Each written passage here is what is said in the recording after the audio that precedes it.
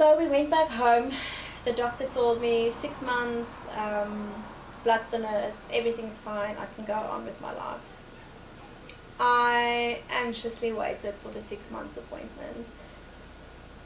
I kept on having this idea inside of my head, I'm not going to be able to look after my daughter, I'm not going to be able to be a wife for my husband, I'm literally having to leave them behind. What if something happens? What if the blood clot just loosens? What if it goes through my lungs? What if it goes through my heart? I literally had all these, not ideas, but all these thoughts racing through my head, and I didn't know how to get over that. So back home, I tried to pick up the pieces one by one and try to get back into a normal life as much as possible. I had to wear the DVT stockings. It took quite a long time for me to walk normally again after physiotherapy.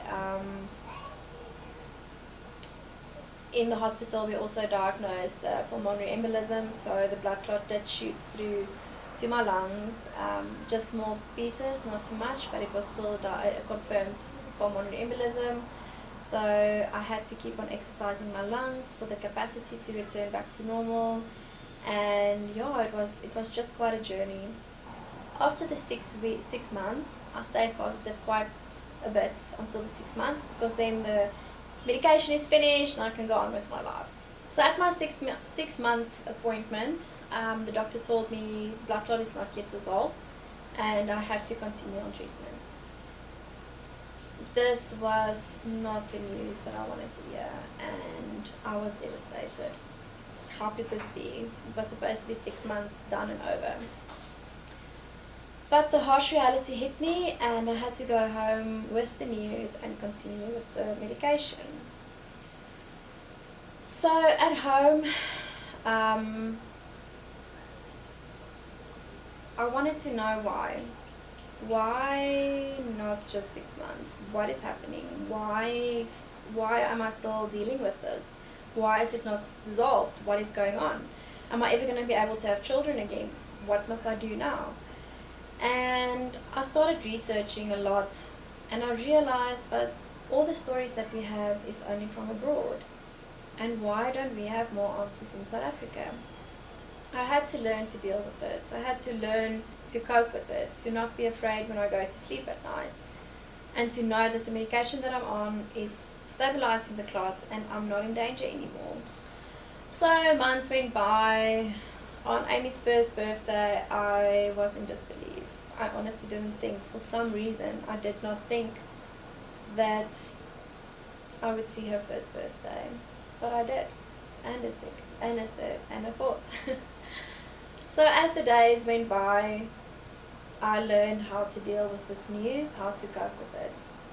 But people still say things that make you wonder, wow, am I really fine? Living with the DVT was challenging. So after a year and a half went by, it was still not dissolved, and my veins started recannulating, but not to give me full blood flow. It was just partial flow. My doctor then said, I won't be able to get pregnant again. The risk is just too high. That was devastating. I wanted 5 children, I've got 1, and that's that. I love my daughter, but obviously we wanted a big family. So 6 months down the line again, I went back and the doctor said, okay, it has dissolved, not fully, but there is flow everywhere in my leg now. That is 2 years later. He told me if we wanted to become pregnant, or if we wanted to have another baby, we can try, but it will definitely be an extremely high-risk pregnancy, and we need to know from the start to deal with it properly and to be monitored closely. I was not sure if we wanted to do this. How can I be pregnant with another baby, and if something goes wrong, I leave my husband and my child behind for a new baby? And I just couldn't get my head around that. For the next 6 months, we struggled a lot. Pregnant, no, yes, another baby, maybe, okay. So we went to a friend's wedding. We were a bit late. We're not good with being on time. So I sat in the church and I just had this extreme peace over me, and someone or something said, you will get pregnant again, your pregnancy will be fine, and it will be a boy. I just had this extreme peace, and I thought, okay, alright, maybe still not really convinced, but let's see. I decided to go see a gynecologist, obstetrician, and she spoke to me and said, yes, it will be a high risk pregnancy, but we know what the risks are, and we're going to look after you and make sure you are fine. So my husband and I decided, okay, let's do this. We're going to have another child. It's not an easy decision for us or the family, and but it was one that we made together. So we are very fortunate. We get pregnant very easily. So I knew from the start, when we said we're going to start trying, I knew I was pregnant from the start. I started doing blood tests, maybe 3 blood tests, but all were negative. I kept on saying, I'm pregnant, I know it, I know my body. So at last, on the day that I was supposed to start my menstruation, I did a last test and it was positive. The next day, I ran to the obstetrician's office. I sat there, totally freaked out, and I told her, what are we doing? I'm pregnant, this is insane. We are making the biggest mistake ever. What if something goes wrong? This is not right, I can't do this, it's too high risk, it's scary. What do we do now? I don't want to be pregnant, just stop everything. No. And she calmed me down. And she told me that, let's just do this. You're pregnant already, we can't reverse it. So let's just get through this pregnancy. I started with the Clexane injections immediately. And on 4 weeks pregnant, I started injecting. And I started with the 20 milligram, I went up to 40 milligram. On 24 weeks, I started injecting myself twice a day. Luckily, I had help at work from other sisters who helped inject me. But it was tough. It wasn't easy to have an injection every day. But I knew I had to do it for myself, for this baby inside of me, and for my family. And I did it. It was not an easy pregnancy. I got sick a lot. I had the RS virus. I was admitted twice to hospital. But we did it. And when it was confirmed it was a boy, I knew that this pregnancy was meant to be. The night before the cesarean section, my doctor phoned me like twice, just to tell me when should I do my last injection, what time am I going to theatre. My husband and I were very nervous. We just didn't know what to expect. Well, we did know what to expect, but you know, as a nurse, all of these things going through your mind, like bleeding and on the table, what if I just randomly start bleeding from all the anticoagulants, and what if after theatre I've developed another clot. I was just extremely anxious and not sure what to expect.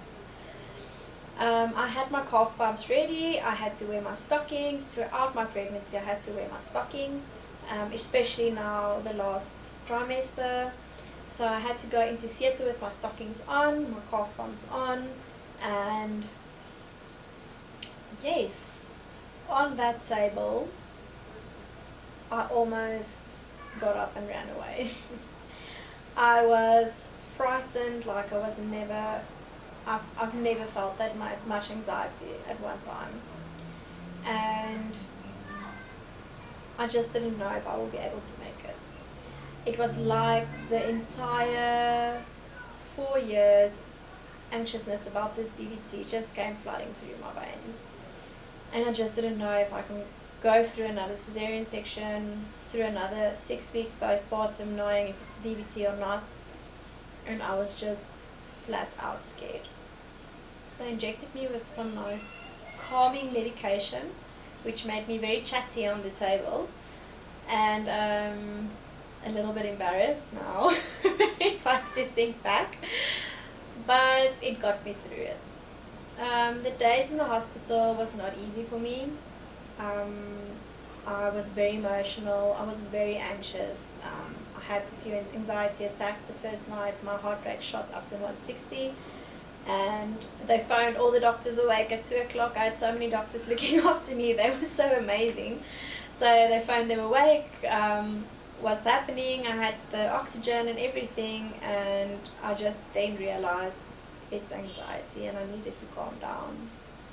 The minute I got calm, I realized it's okay. You're going to be okay.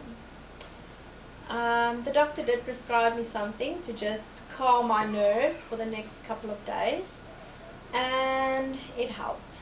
It helped me just to get 4 years of post-traumatic stress out of my system and to enjoy my new family. I was absolutely in love with this new bundle of joy, and I was in love with our new family of 4. We were complete. So the promise was kept. The pregnancy went well. I had my son, I have my daughter, and I have my husband. I still have a leg that's slightly bigger than the other one. I still have stenosis in my veins. I'm still on anticoagulants, probably would be lifelong anticoagulants, and it's still a struggle that I live with every day. We cope with it as a family. My husband went through a lot of stress as well, and we had to deal with it as a family. It's not a nice diagnosis to have, but it's something that you can live with. It's something that you can make peace with, and if you have proper care and people looking after you, you will be fine. I don't want to give advice, but I just want to give motivation that it's really not, it's not nice, and it can be very devastating, but you're going to be fine. Make sure you go for your checkups, and make sure that your doctor is open with you. Make sure you've got good support, and feel free to talk about it. If you're anxious and you're struggling to deal with the diagnosis, please go and see someone and consult someone to just give you that extra support and guidance that you need to talk through it. I'm so privileged to have my 2 children. My daughter, I had through a very, very difficult time afterwards, and I had to just keep her alive. And yeah, she was my blood clot baby. And then I've got this amazing little boy who is my Kleckstein baby. I had to carry him through a very trial pregnancy, but he's here. I've got an amazing husband, and I've got a perfect little family, and you can have too. So thank you for watching my video. If you have any questions, you're welcome to send me a personal message or comment in the video below. Thank you guys.